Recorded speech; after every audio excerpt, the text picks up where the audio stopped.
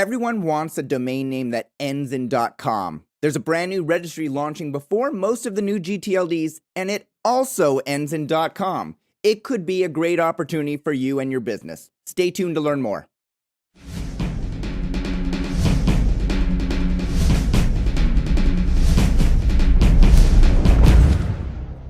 I have 3 short sponsor messages before we get into today's show. First, if you have a great domain name and nothing to show when people visit, you're missing out on potential advertising revenue, leads, and partnership opportunities. NicheWebsites.com can build you a site quickly with a price option to suit any need. But as their tagline says, they don't just build websites, they build businesses. Second, if you're buying or selling a domain name or a portfolio and you want an estimate of its value, Estimate.com is the place to go. Just like you'd visit Zillow.com to get an estimate of a house value, Estimate.com provides key information about the most important statistics so you can make an informed decision based on data. Finally, DNX.com is a domain name exchange that uses a reverse auction platform to provide fair market prices for quality domain names that are manually filtered by an experienced broker. At DNX.com, domain prices drop until someone decides the price is right. But don't wait too long or the domain you love might be purchased by someone else. All 3 sponsors have a clickable banner in the upper right-hand corner of DomainSherpa.com. Here's your program.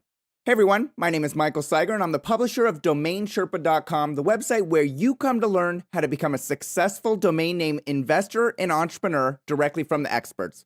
As I mentioned in the intro, everyone wants a domain name that ends in .com. It's the universal domain name extension, and the .com registry has more domain names registered than all others combined, I believe. And there's a brand new registry launching before most of the new gTLDs, and it also ends in .com. Joining us to help us understand this registry is Ken Hansen, CEO of Co.com LLC. Ken, welcome to the show. Thank you for having me, Michael. Ken, Co.com is not a typical registry where a new top-level domain is added to the domain name system root like the generic top-level domains that are coming out soon. Is my understanding correct?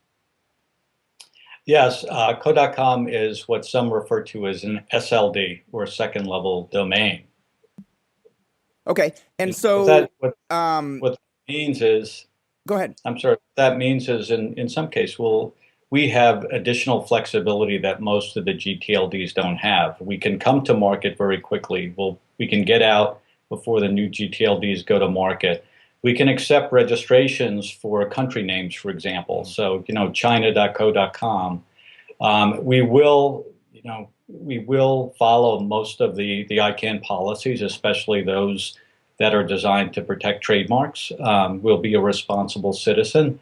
But it gives us a lot of flexibility in terms of working with registrars, getting to market quickly, offering additional services.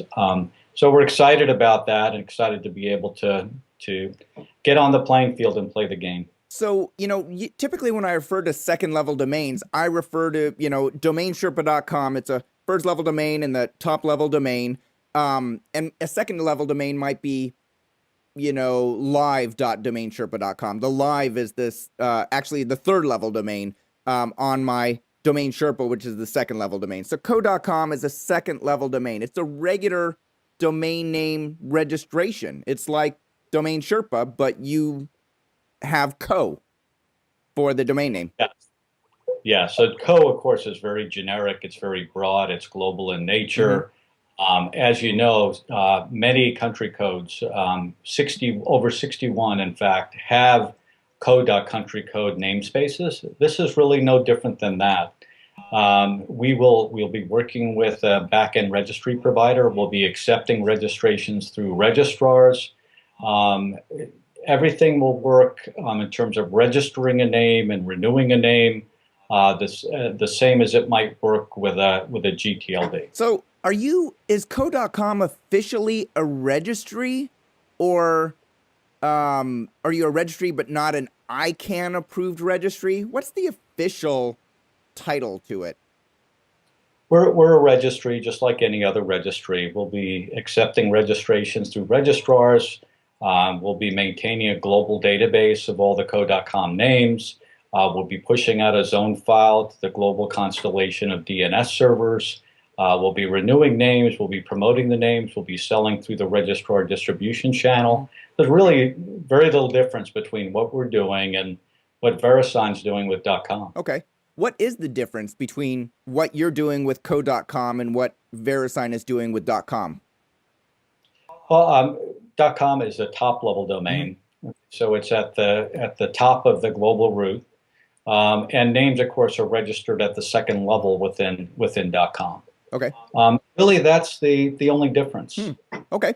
So, technically speaking, should I refer to the registry as .co.com, or do you internally call it co.com registry? You know, I'm just trying to get my vernacular correct. Internally, we call it co.com registry. Co.com registry. Okay. So how did the co.com registry come together? Let's start with who are the principals and what was the initial idea for it? Okay, as you know, previously I had been working with Neustar on the .nyc generic top-level domain. And, it was very difficult for me to make the decision to leave Neustar. I was working for a good company, at a good job. I was working on what many consider the best new gTLD that's coming to market. So, I had to be convinced to leave .nyc, to join co.com. And I did become convinced that this is an even bigger opportunity than the .nyc opportunity. How do you define that? What makes it a bigger opportunity, Ken? Well, first, of course, I'm an owner in the company, so I'm building something for my family and for myself. So that was important. And then as you said before, I'm working with some icons in the domain name industry. I'm working with Greg McNair. I'm working with Paul Goldstone. So that was attractive to me as well. But then when you look at the sizing of co.com, the potential market size, it becomes, I think, very interesting, compelling. And in terms of market sizing, we have 61 countries that have country code namespaces, right? That's over 11 million existing registrations. The existing base of .com is over 111 million. And every year, 30 million .com domain names are registered. In other words, the demand for .com names has been and remains very strong. The problem is there aren't a lot of .com domain names available. So what we're doing is we're coming to market and say we can meet the demand for short, memorable domains that end in .com. So somebody who might be in Japan that has a .co.jp domain name, for example, that wants to go global and doesn't want to just operate in Japan, in the Japan top-level domain namespace anymore, could buy a .co.com and expand their exposure potentially. Exactly. The country codes serve a very specific and useful purpose. They are for companies that market primarily in those particular countries. That's where their customer base or potential customer base is. Whereas a more generic name like a co.com is global in nature. So it's very complementary. If a company has both in-country marketing, in-country customer base, and also has a potential global market, wants to go after that, they can use their co.com for that purpose. And so you mentioned Paul Goldstone and Greg McNair are the other two principals within the company. What kind of staff are you envisioning you're going to need in order to run a registry, the co.com registry? We're keeping the staff relatively small. Right now, the operating staff is Paul Goldstone and I. Obviously, we're going to be contracting with an existing registry provider. In fact, we're in final negotiations now. You can expect an announcement sometime in the next couple of weeks. They have substantial resources and connectivity to the existing registrar distribution channel. So we'll be leveraging their resources. We'll keep our own staff relatively small. Sounds good. And as a registry, I don't know how much of a staff you actually need. It's not like you're the registrar doing the sales, doing the customer service. Do I understand that correctly? You basically need to to provide? I'm not sure what actually goes into running a registry, to be honest with you. Okay, well, in that type of an arrangement, we're primarily responsible for marketing and business development. Okay. Most of the day-to-day operations, all of the technology is provided by the back-end provider. So we're focused on, as you know, we just came from Buenos Aires. We met with every registrar we could talk to down there. We got a very positive reception. Those are our business development activities. We're working on our marketing strategy and our marketing plan. We're putting together the creative. We'll be launching a website. We'll be putting together digital assets that the registrars will use in marketingcode.com, the messaging, email templates, and we're talking to the registrars about how they can optimize and maximize the code.com opportunity. Mm-hmm. Who owned the domain name? Did code.com registry acquire the domain name from a third party? Paul Goldstone has owned code.com since, I think, 1997. Oh, wow. Paul has a story he tells about, transferring the name to him when he acquired it. Apparently, back then, transfer was a manual process. So he actually had to do a delete and then an add. So, of course, when he deleted it, several seconds went by before he added it. And if there had been a drop catcher, such a thing back then, someone could have picked up the name when he was transferring it over and re-registering it. So thank goodness it didn't fall through the cracks, and he's owned it since then. He really hasn't been using it at all. It's been wildcarded and monetized using parking. But now he's made the decision, rather than sell it outright, to launch the code.com registry. Great. And does he still own it personally, or is it now part of the assets of code.com registry? It's now part of the assets of the company, and both Paul and I are owners of that asset and the company. Okay. And so when somebody wants to start a second level domain like code.com, that's not a small task to do. Even if, I've had people come on the show to talk about selling email addresses, and, they have the terms and conditions which say we can take it back whenever we want or refund you the difference. But that's a big take back, to give somebody an email address like, Ken at NYC.com, and then for you to use it personally and become your personal brand, and then to take it back, I think sets you up for a lot of, customer dissatisfaction to begin with, and then maybe some legal issues. But Paul and you are going even further by contributing part of the ownership of the domain name to this registry, and people are going to register domain names and tie it up potentially indefinitely.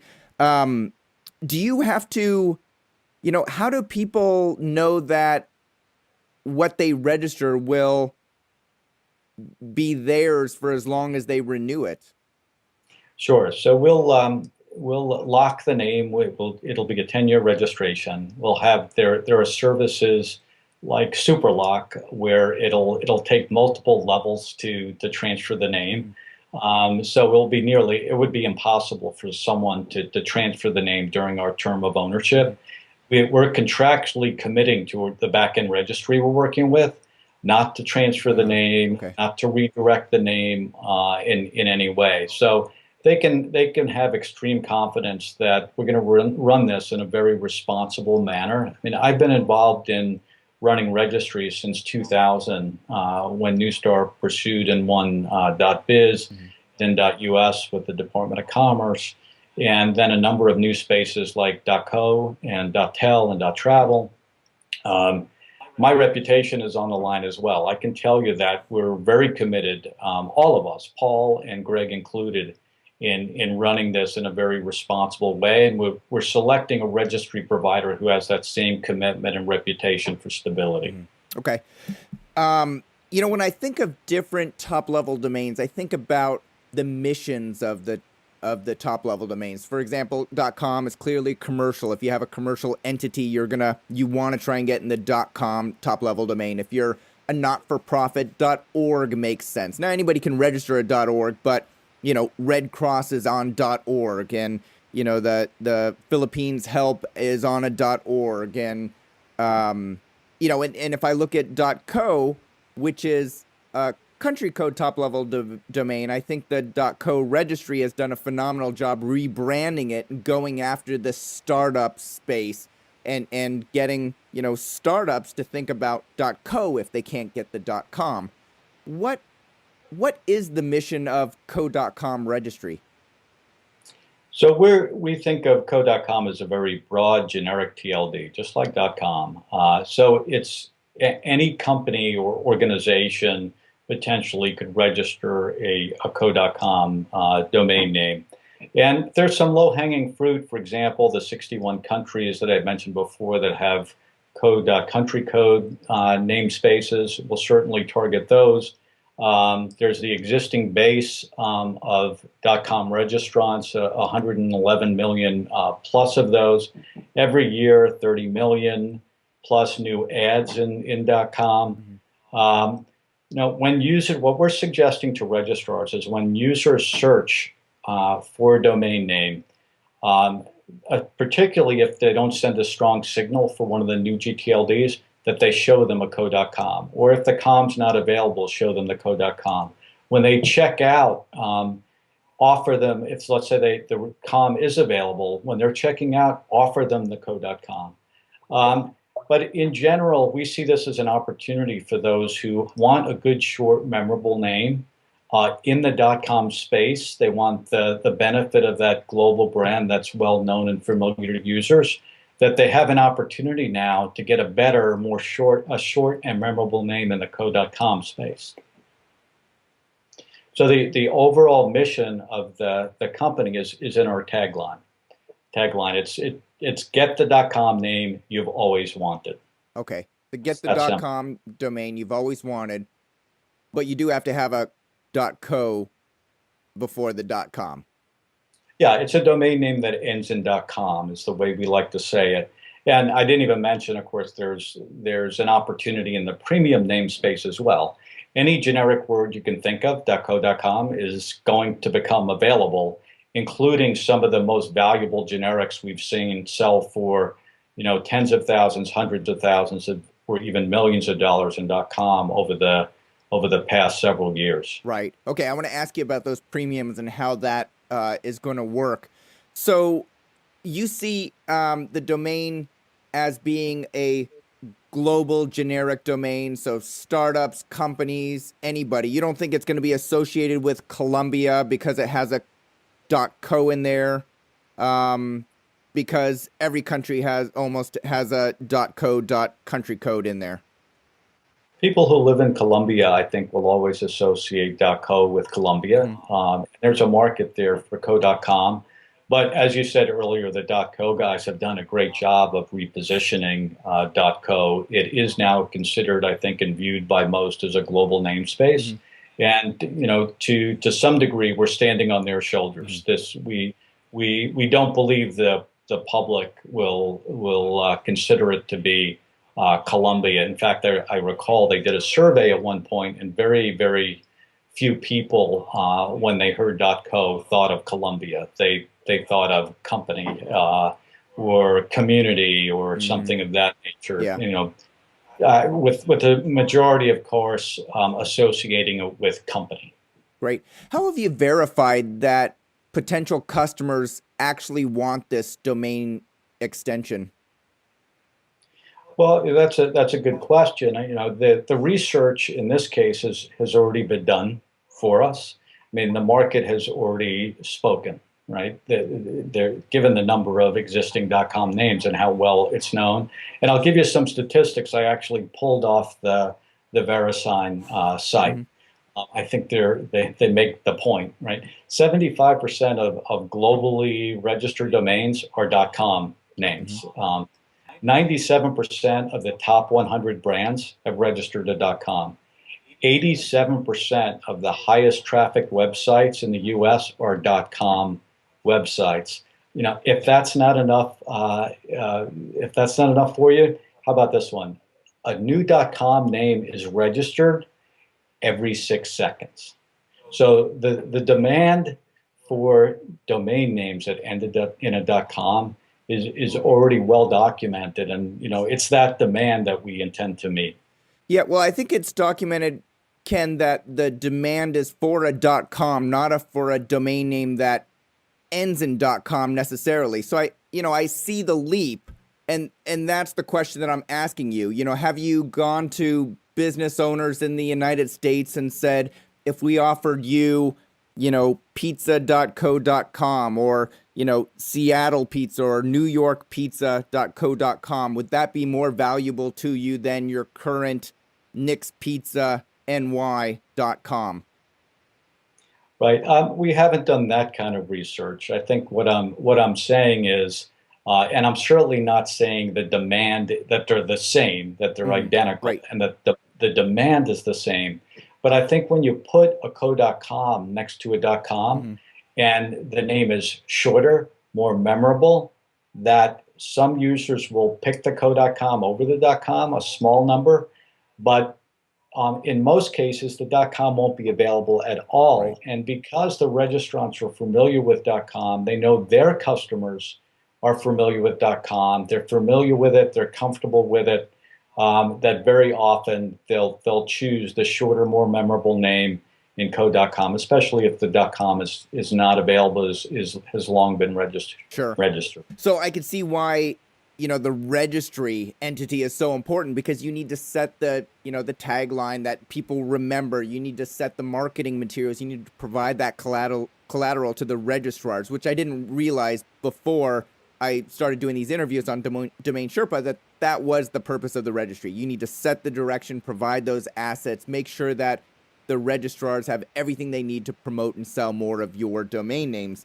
Um, and so messaging is going to be important. How do you envision being able to help the registrars cut through all of the noise of the top level domains, and help them educate end users, the real businesses that are buying domain names, to figure out that .co.com could be a shorter, better .com ending top level domain for their business? Well, we're positioning co.com as one of the newly available Mm-hmm. namespaces. Just like a new generic top level domain, it's new. It's coming to market now. It's one of the choices that businesses will have. The fact that all this noise will be occurring and all this money is pouring in and promotion will be done, promoting the fact that there's lots of choices. When users are driven to registrar websites, they'll have it with their co.com. So to some degree, we're riding that wave. On the other hand, we intend to get to market before all these new gTLDs do, and the noise level gets turned up. So we intend to launch in the first quarter of next year. Most of the new TLDs, especially the broader, more generic TLDs like ours, like our SLD, Mm-hmm. um, will not come to market for another year and a half, 2 years, maybe even longer. .web and .blog have multiple applicants. There have to be auctions. There may be other obstacles to overcome before they can actually get to market. So we've got a huge head start on those more generic, broadly applicable global spaces that are coming to market. Makes sense.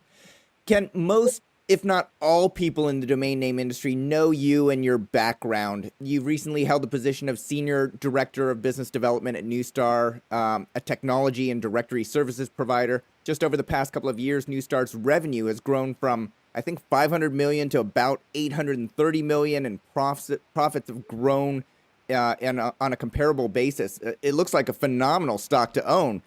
Why was this opportunity great enough to convince you to leave Neustar?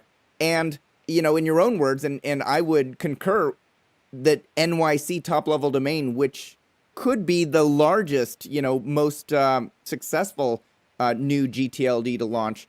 Um, why was it so great, besides the fact that you were becoming an owner?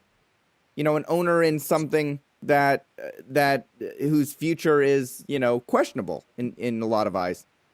I had a great job at a great company, and I'm still passionate about .nyc. I believe it will be very successful.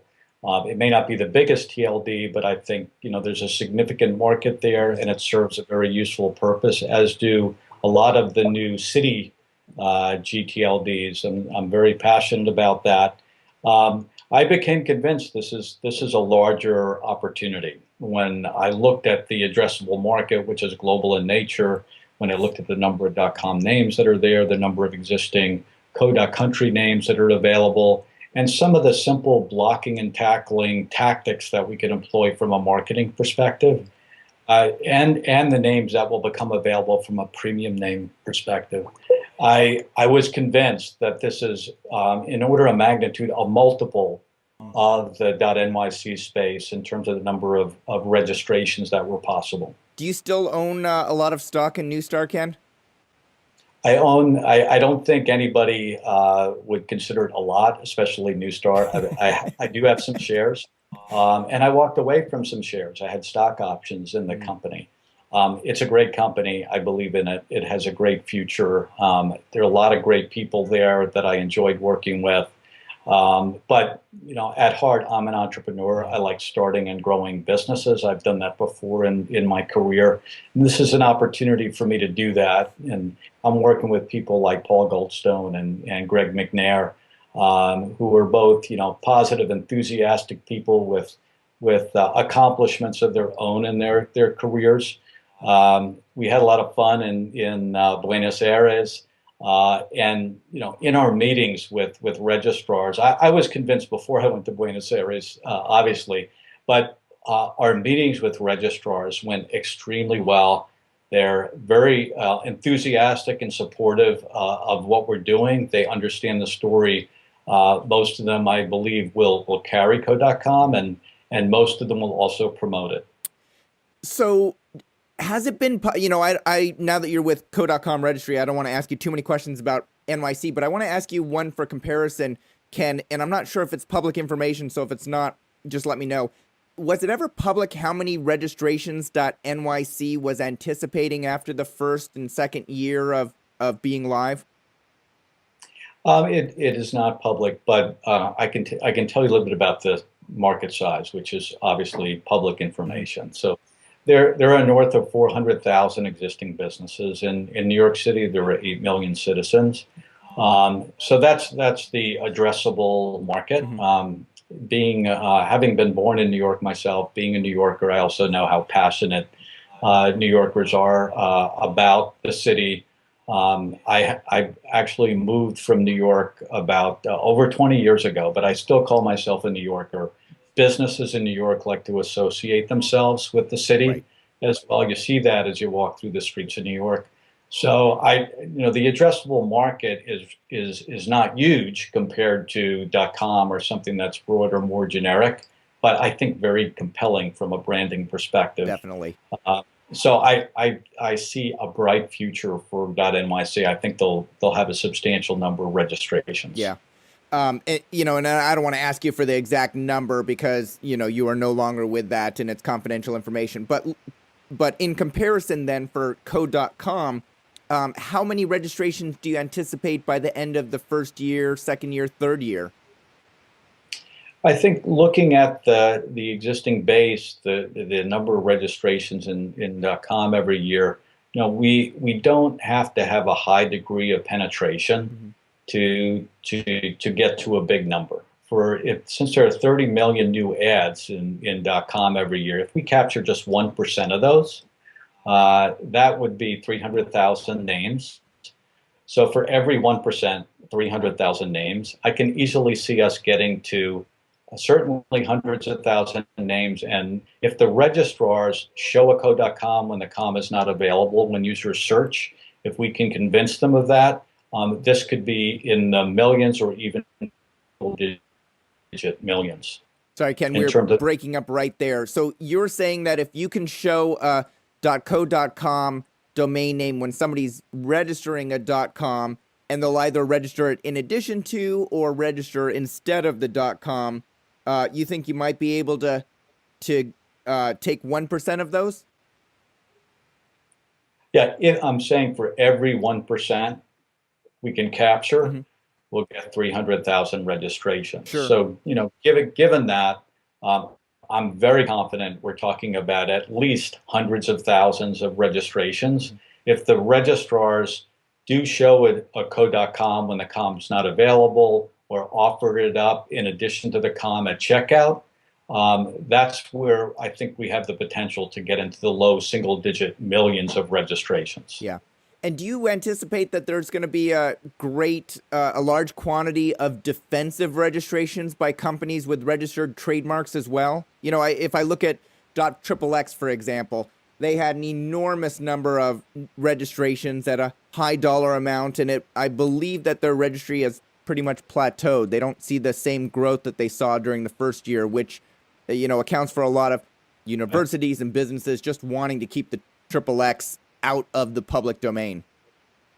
But I think .XXX is a completely different animal. A lot of those defensive registrations were not so much about the desire to protect the trademark, but not to have the trademark presented in a way that the brands would rather not see it presented. Right. So no brand wants an adult site with their brand .XXX. So I think that was the motivation for a lot of those registrations. We, of course, will have a sunrise period. It will be there'll be an opportunity for trademarks to get their co.com name registered first. They'll have that opportunity. But we don't see that as the major opportunity for co.com. I think the bigger opportunity are small businesses who were not online when .com was available. For the most part, larger businesses got the best, most memorable names. So this is a second chance for small businesses around the world to get a domain name that ends in .com. So what is the schedule of major events that entrepreneurs should be aware of? You mentioned launch in first quarter 2014. I assume that means general availability. Is that correct? We'll be launching the sunrise period in January Okay. of 2014. And that will run for about 30 days.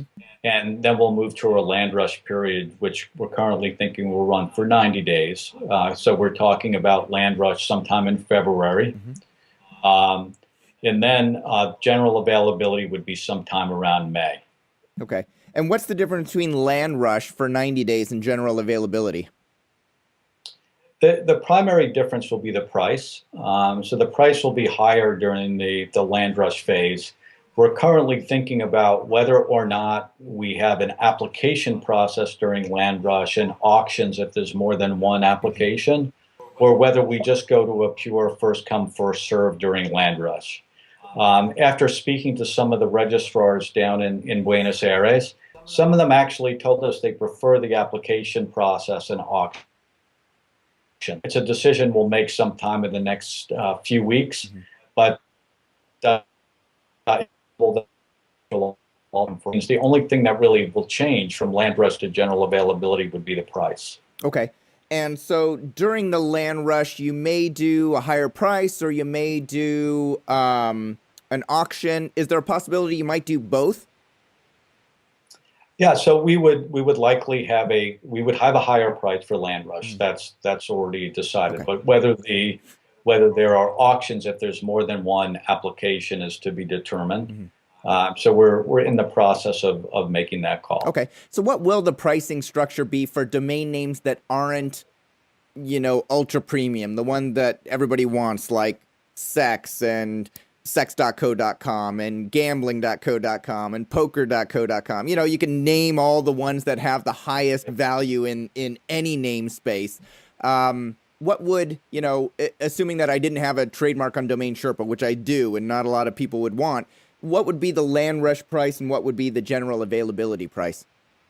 We haven't set the sunrise or the land rush pricing yet, but for general availability, and of course the registrar set the retail pricing, we would, based on the wholesale that we're currently contemplating, I think you'll see retail pricing in the $24.99 to $35 range. Okay. And so you mentioned wholesale and retail, and I think that that's a different concept for people that are unfamiliar with the registrar space. So, you are like a manufacturer of clothing. You develop it and you sell it at a wholesale price to somebody that does the retail sales of it. Just like, if I were developing clothes, I sell it wholesale to my local shop and then they sell it for retail. I make some of it on the clothes and then the retailer makes some of it on the difference between the retail price and the wholesale price. That's the exact same analogy in the domain name space, Ken? Exactly. So registries like ours offer domain names at wholesale prices to registrars. They mark it up and offer those names for registration to businesses and individuals or to resellers who may also mark it up and offer it to their customers. Is there a general rule for the wholesale of domain names? Is it a given that all registry charge about 50% of the retail value of a domain name? That I know that's true in the clothing industry. It's not true at all in the domain name industry. You'll find a very broad spectrum of wholesale pricing. In the domain name industry, there are huge differences already between some of the pricing of generic gTLDs and country code top level domains, for example.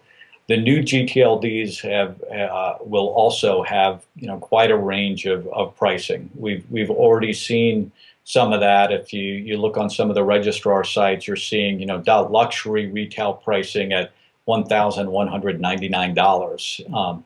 That's probably the extreme and on the pricier end of the spectrum. There'll also be some new registries that follow a low cost model as well. Perhaps some will even offer domain names for free. So I think you'll see a number of different strategies. The low price strategy is one I'm not a big advocate for because it generally attracts fishers, farmers, and spammers who register names and then just move on to another one to continue their activities. I believe that higher priced domains attract legitimate registrants who plan to develop websites and use them for business purposes. So we'll follow that higher pricing model, but we certainly won't be anywhere near a .luxury. Yeah. So is there any way for a regular investor, not the Frank Schillings, Mike Birkins, the people that have large portfolios and actually spend a lot of money during the before land rush and do a deal with the registry in order to buy the best premium domain names? Is there a way for a regular investor to buy a phenomenal name like sex.co.com or, gambling.co.com? Yes, I mean we're already fielding offers from those interested in some of the better generic names in co.com. We'll continue to do that. Anyone interested can just contact me by email at ken@co.com. We'll likely be working with one or more brokers, and we'll refer them to a broker for the negotiations. That's not something Paul and I are prepared to take on because of the volume we'd be likely to experience. So we'll have experienced brokers who know how to do that. So yes, there's an opportunity. Certainly, co.com isn't going to sell for the kind of price that a .com equivalent would sell for. So they'll be available at a fraction of the cost of the .com, which allows the non-Frank Schillings, non-Michael Birkins to participate at this stage. Yeah. And is it fair to assume that Greg McNair's brokerage firm called Igloo.com is going to do the brokerage of those premium domain names? I certainly think they've done a great job with Igloo. They've had some great sales recently. They've had some headline sales with IG.com. It was over $4 million. They had KK.com was, I think, $2.2 million recently. And that was just one in a string. I mean, Tessa is fantastic. I have relationships with just about all of the major brokers, and our interest is maximizing the revenue for the company, for co.com. Finding the broker who knows a retail buyer who would be interested in a specific name. Mhm. So I doubt we'll be concentrating all of the names on a single broker. We'll spread the wealth, but it's not just about that. It's really about maximizing the selling price by finding the right retail buyer. No one broker can find the right buyer for every name. Yeah, definitely. Will Co.com Registry offer a founders program where building out websites are encouraged over trying to maximize the retail price that you can generate from a premium domain name? Getting early adoption of Co.com and use is critical to the long-term sustainable business model of any namespace. So yes, we'll have a founders program, and we will be open to making good generic words available to those who plan to develop websites and promote them, because there's this virtuous cycle, right? When someone builds a website, when they promote it in advertising and marketing, others will become aware of Co.com and will register Co.com names themselves. Right.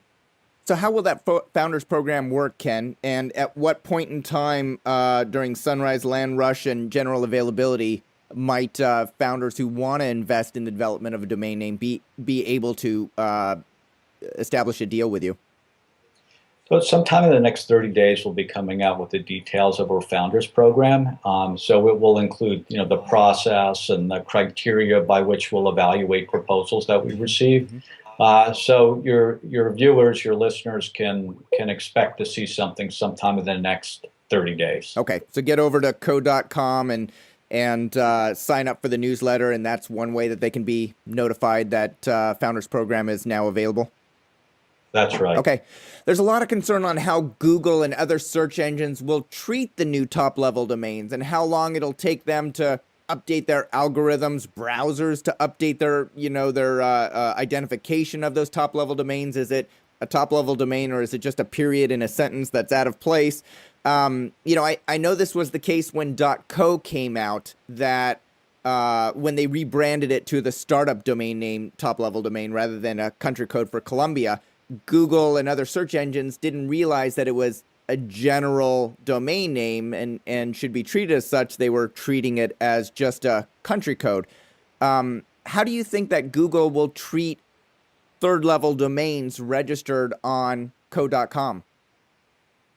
Well, they're already handling third-level domains, not only country code, co.country code domains, but third-level domains in particular. And when it comes to search engines, I think they're going to do whatever is necessary to deliver the freshest, most compelling, most interesting and engaging content they can to their end users. For them, it's all about relevancy. So whether you have a co.com or you have a .com or you have a .org, content is what's going to get you traffic. And, it needs to be non-duplicate traffic. It needs to be fresh traffic. It needs to be interesting, engaging.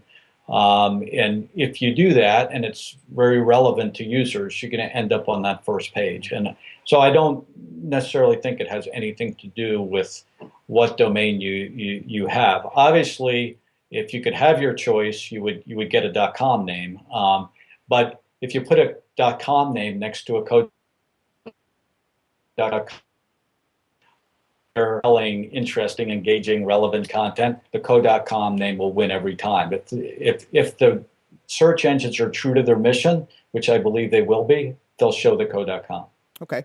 So if I take a step back and look at the new TLDs in general, not just co.com, what are your thoughts on the customer adoption curve? How long will it take, given the ignorance of the TLDs that exists in society, before they're generally accepted, like .com, .net, .org?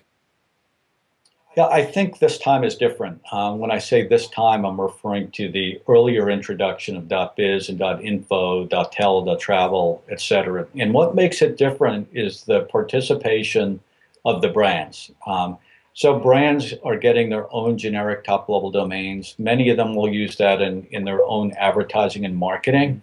When people are sitting at home watching primetime television and they see one of the major drug companies use something other than .com.net.org, they're going to become trained and going to become aware that something other than com might come to the right of the dot. Europeans and Asians are very familiar with this. They pay attention to that because they've seen all kinds of extensions over the years. Americans, not so much. But I think once the brands sensitize them to the fact that there can be other extensions to the right of the dot, they'll pay attention. Okay. I have yet to hear a registry talk about their marketing plans in specific terms. And I recently became aware that registries will incentivize registrars, like GoDaddy or Name.com or Namecheap, to do the marketing on their behalf through, Right. a co-marketing budget or a bonus at the end of the year of new registrations that are done. Are those the types of initiatives that co.com registry is going to put in place as well? Well, from a marketing perspective, first, our strategy, I'll give you some of the tactics we're employing. First, we get to market quickly before there's too much noise in the market from the new gTLDs. Position co.com as a broad generic extension, as a domain name ending in .com. That's why the tagline, get the .com you've always wanted. Get wide distribution in place by partnering with a registry that already has wide distribution. Make it easy for registrars to participate. In other words, no complex pricing structures or processes that require training on the part of registrars or registrants. We'll make it as simple as we possibly can. But really, the biggest opportunity for us is to convince registrars to show co.com names when users are searching for a domain. So if there's not a strong signal for one of the new gTLDs, they should show a co.com. If the .com is not available, they should show a co.com. If someone registers a .com at checkout, they should show the co.com. If someone, just the same as a country code, a co.country code name, if the name's not available, they should show them a co.com. So if those tactics are employed, we think that will drive significant revenue, significant volume of registrations. Mm-hmm. This all sounds very simple and straightforward. That's one of the reasons I was attracted to co.com. We're not trying to create a new brand. The .com brand is what we're promoting. It's well known, it's global, it's what users are familiar with. So we don't have that same hurdle that a lot of the new gTLDs have.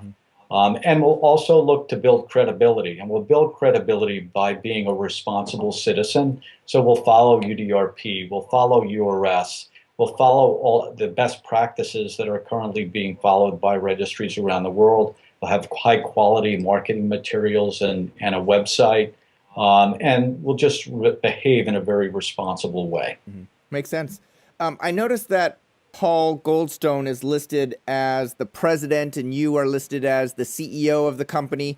It seems like you're both at the top of the pyramid with not a lot of other people underneath you, because you're going to be outsourcing it, most of the operations to the back-end service provider, and then of course the registrars are going to do the sales. What do you see as the difference between the roles of Paul and yourself in the organization? Okay, well, Paul's background is primarily in registrar and domain investment space. He's been running a registrar himself for years. So helping us to understand the needs of the registrar, what works and doesn't work with registrars, having been immersed himself in that environment, I think is going to be very helpful to our efforts.